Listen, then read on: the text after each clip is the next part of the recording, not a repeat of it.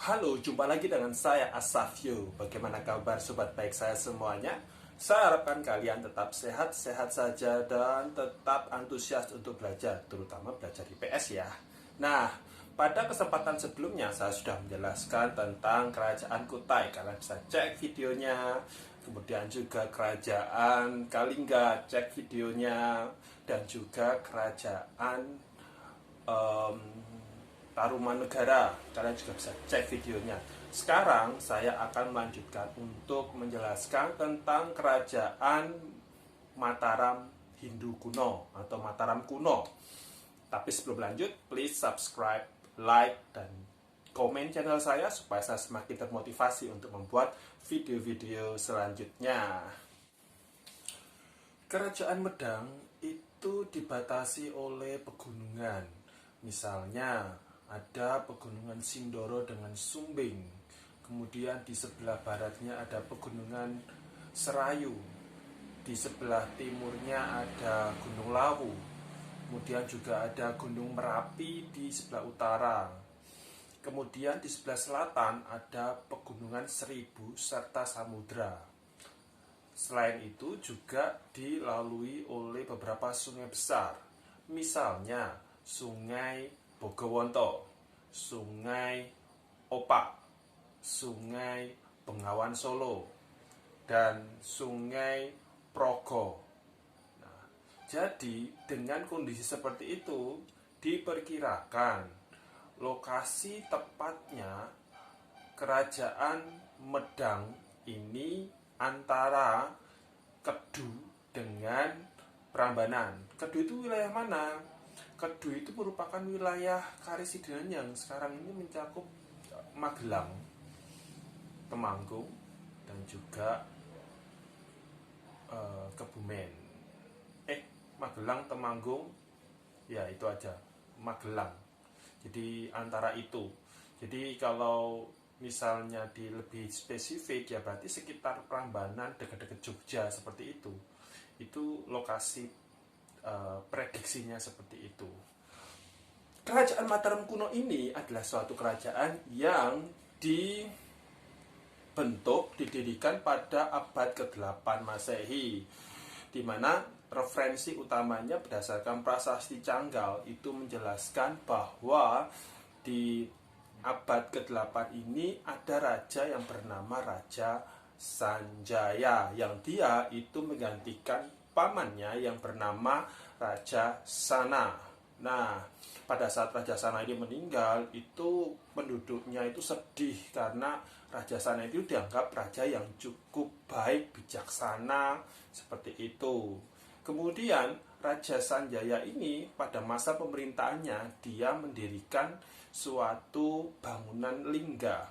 Lingga itu adalah suatu bangunan yang mencirikan simbol dari Dewa Siwa di Gunung Wukir. Nah, juga pendirian ini mendapatkan bantuan dari penduduk desa Kunjarakunya, itu seperti itu. Nah, dia juga di dalam prasasti Canggal itu juga menjelaskan pujian-pujian terhadap Dewa Siwa, Dewa Brahma, Dewa Wisnu. Kemudian juga menjelaskan bagaimana Pulau Jawa itu pulau yang sangat subur. Jadi kita bisa ambil kesimpulan bahwa Raja Sanjaya ini raja yang beragama Hindu. Kemudian penerusnya itu bernama Rakai Panangkaran. Rakai Panangkaran itu adalah raja yang memiliki minat untuk agama Buddha. Ada yang menyatakan bahwa dia akhirnya memeluk agama Buddha.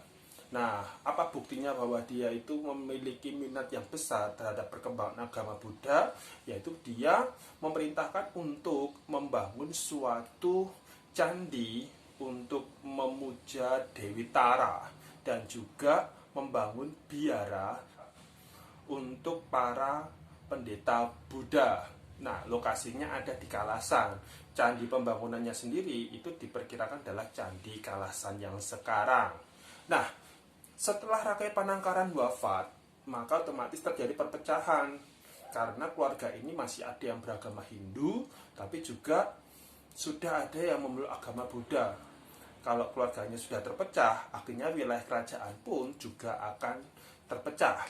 Nah, bagian utara itu diperintah oleh raja-raja yang beragama Hindu, sementara anggota keluarga yang beragama Buddha itu memerintah di wilayah selatan. Ini kurang lebih berlangsung 2 atau 3 generasi. Setelah itu mulai dipikirkan bagaimana kalau kerajaan itu disatukan kembali setelah sebelumnya itu terpisah. Akhirnya pada masa Rakai Pikatan dilakukanlah suatu pernikahan politik dengan Pramodawardhani, putri dari Samaratungga. Nah, pernikahan politik antara Rakai Pikatan dengan Pramodawardhani itu menjadikan kerajaan Mataram itu kembali utuh. Hanya saja proses penyatuan kerajaan ini itu mendapatkan penentangan dari Balaputra Dewa. Siapa itu Balaputra Dewa? Ada beberapa versi, kita tinggal mau ikut yang mana. Tapi saya mengacu pada satu versi bahwa Balaputra Dewa ini merupakan saudara dari Pramodawardhani. Dan karena dia itu mungkin karena dia tidak punya power untuk menjadi raja dan dia tidak setuju dengan penyatuan kerajaan ini, akhirnya dia melakukan perang atau tindakan perlawanan terhadap Rakai Pikatan. Selama dia melakukan tindakan peperangan, maka dia juga membangun benteng pertahanan yang itu ada di Istana Boko atau Candi Boko sekarang. Saya pernah baca referensi bahwa sebenarnya sebelum itu Istana Boko ini sudah ada. Bayangan saya berarti Istana Boko ini sudah ada, tapi kemudian pada saat terjadi peperangan, maka itu istananya juga digunakan sebagai benteng pertahanan oleh Balaputra Dewa. Tapi apa mau dikata, ternyata Balaputra Dewa tetap kalah. Sehingga akhirnya dia lari ke Sriwijaya. Kenapa dia lari ke Sriwijaya? Kenapa bukan ke tempat lain? Ibunya yang bernama Dewi Tara itu merupakan putri dari Raja Sriwijaya. Sehingga kalau dia pergi ke Sriwijaya itu hal yang lumrah. Bahkan di kemudian hari Balaputra Dewa ini menjadi Raja Sriwijaya. Nah, setelah penyatuan ini, maka Raja Pramodawardhani itu meneruskan pembangunan Candi Borobudur yang sudah dibangun oleh ayahnya Samaratungga. Oh ya, saya lupa. Pada saat kerajaan ini terpecah menjadi dua, maka raja-raja yang beragama Hindu itu mereka menghasilkan beberapa candi besar, misalnya kompleks pegunungan, kompleks Candi Dieng, kemudian juga kompleks Candi Gedong Songo itu. Nah, sementara raja-raja yang beragama Buddha mereka menghasilkan misalnya Candi Mendut dan tentu saja Candi Borobudur. Nah, kemudian pada masa Rakai Pikatan ini sudah mulai dibangun Candi Prambanan. Itu seperti itu. Kemudian nanti ada raja-raja berikutnya yang bernama Rakai Kayuwangi dan Rakai Watuhumalang. Tidak ada keterangan yang cukup kuat. Akhirnya masuk ke Rakai Dyah Balitung. Nah, kenapa Rakai Dyah Balitung ini saya perlu bahas? Karena pada zaman beliau, pada zamannya itu istilahnya kerajaan Mataram Hindu ini mencapai puncak kejayaannya. Dan dia membuat suatu prasasti yang namanya Prasasti Balitung berdasarkan namanya, atau nama lainnya Prasasti Mantyasih, atau namanya Prasasti Kedu. Jadi punya beberapa versi nama yang intinya itu menjelaskan silsilah dari Raja Mataram dimulai dari Raja Sanjaya hingga Dyah Balitung ini. Nah, kemudian Dyah Balitung sendiri tidak memerintah lama ternyata. Dia digantikan oleh Daksa, kemudian ada lagi Raja Tulodong, ada lagi Raja Wawa, hingga akhirnya Empu Sindok. Jadi pemerintahnya itu sangat singkat-singkat. Dan Mataram terus mengalami kemunduran. akhirnya Empu Sendok itu membuat suatu keputusan untuk memindahkan pusat kerajaan ke Jawa Timur. Lebih tepatnya di daerah Tempulang. Tempulang ini lokasinya ada di Jombang kan sekarang, karena memang ditemukan daerah dengan nama Desa Tambelang, pelafalannya hampir mirip seperti itu. Alasannya apa Empu Sendok memindahkan ini? Ya, ada beberapa alasan yang utama. Pertama, itu karena bencana Gunung Merapi. Pada saat itu terjadi letusan yang cukup dahsyat sehingga menghancurkan kerajaan atau pusat ibu kotanya tadi. Perlu diketahui bahwa sampai sekarang pun Gunung Merapi itu selalu terjadi erupsi. Jadi kita tahulah bahwa memang lebih baik kan menghindari tempat yang sering terkena bencana. Terus yang kedua juga ancaman dari Sriwijaya. Nah, jadi sejak zaman sebelum-sebelumnya itu kerajaan Sriwijaya itu selalu ingin menguasai wilayah Jawa. Itu seperti itu. Kemudian yang ketiga adalah terjadi perebutan kekuasaan terus-menerus. Seperti yang saya bilang tadi bahwa setelah dia Balitung digantikan Daksa, digantikan Tulodong, kemudian oleh Wawang, Empu Wawa. Ini mereka itu pemerintahnya itu sangat singkat sekali pemerintahnya. Jadi pemerintahan sangat singkat, maka diprediksi karena mereka terjadi terjadi proses kudeta atau perebutan kekuasaan terus-menerus di dalam keluarga kerajaan ini.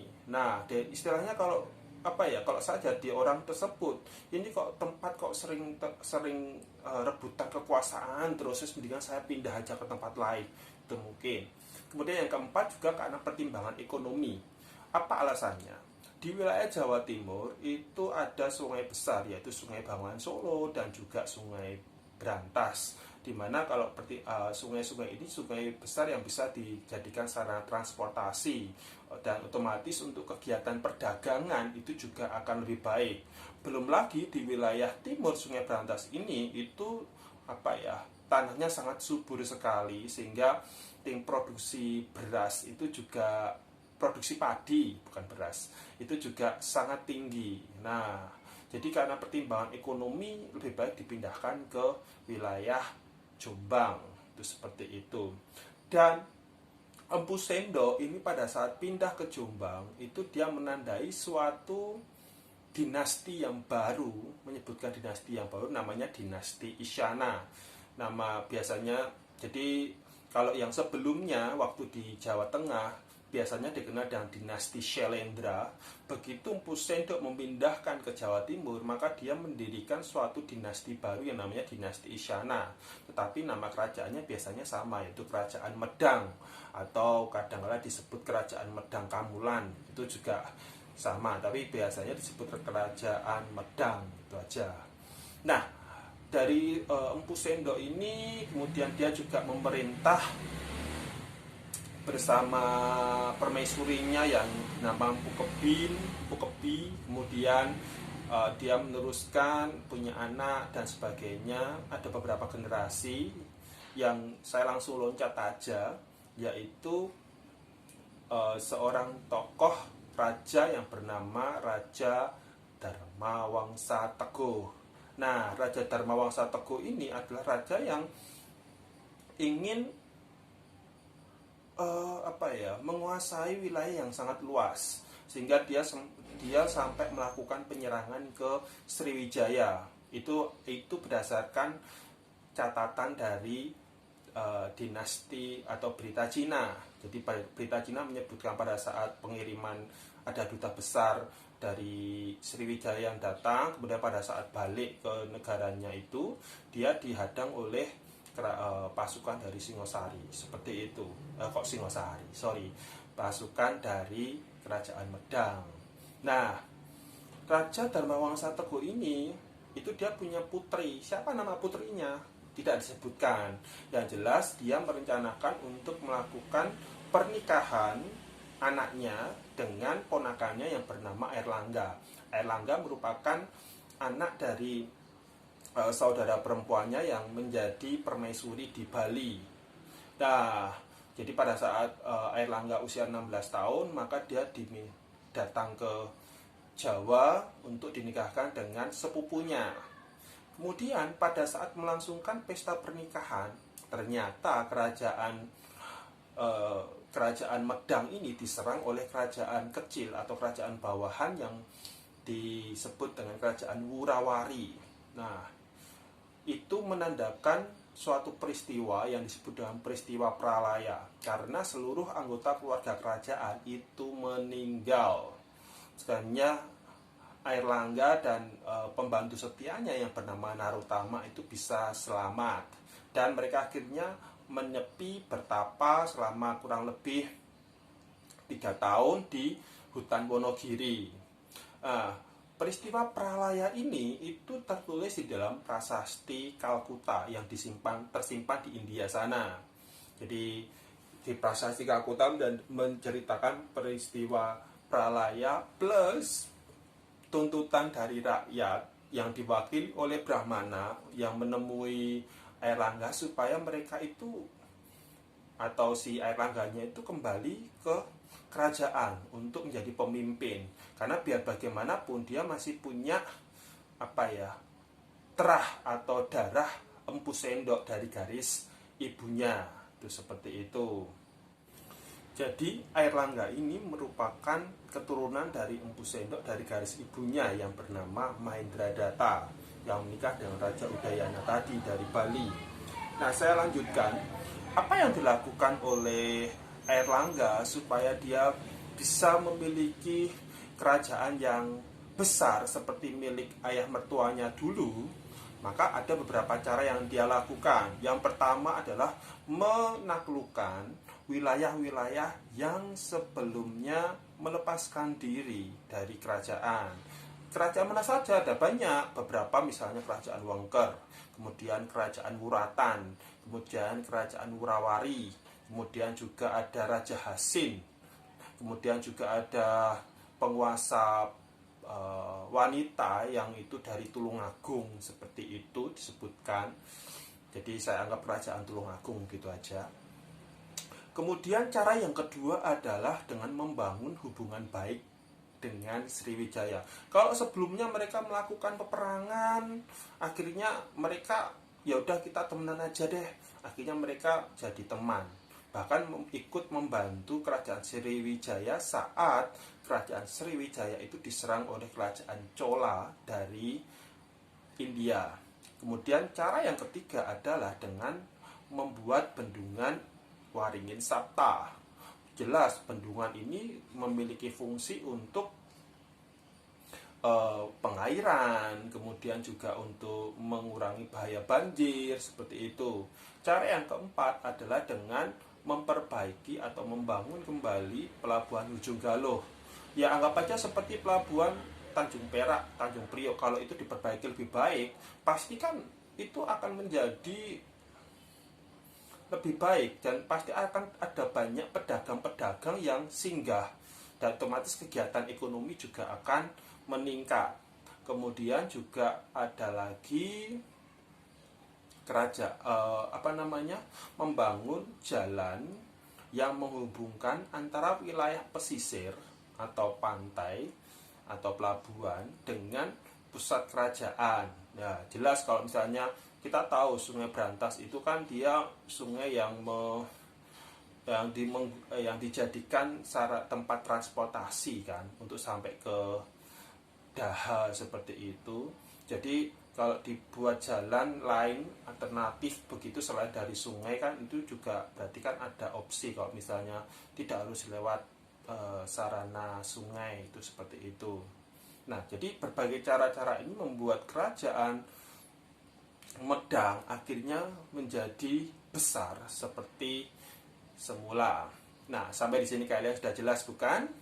Nah, saya sarankan kalian juga lihat video-video saya yang lain ini. Jadi kalian bisa semakin tahu tentang kerajaan-kerajaan di Indonesia. Oke.